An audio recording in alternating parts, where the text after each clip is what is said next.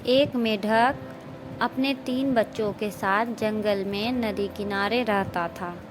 उन चारों की दुनिया जंगल और नदी तक ही सीमित थी। बाहरी दुनिया से उनका कोई वास्ता नहीं था। खाते पीते बड़े आराम और मज़े से उनका जीवन कट रहा था। मेढक हिष्ट-पुष्ट था।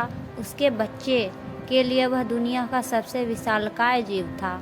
वह रोज़ उन्हें अपनी बहादुरी के किस्से सुनाता और उसकी प्रशंसा पाकर फूला नहीं समाता था। एक दिन मेढक के 3 बच्चे घूमते घूमते जंगल के पास स्थित एक गांव में पहुंच गए।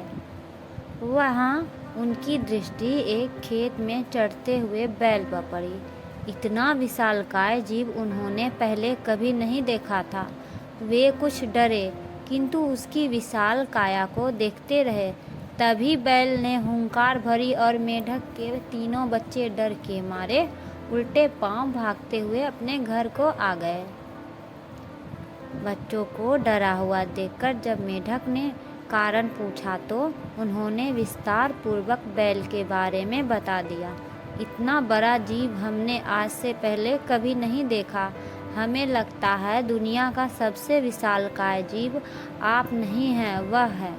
अपने बच्चों की बात सुनकर मेढक को बुरा लगा। उसने पूछा, वह जीव दिखने में कैसा था? उसके 4 बड़े बड़े पैर थे, एक लंबी सी पूंछ थी, 2 नुकीले सींग थे।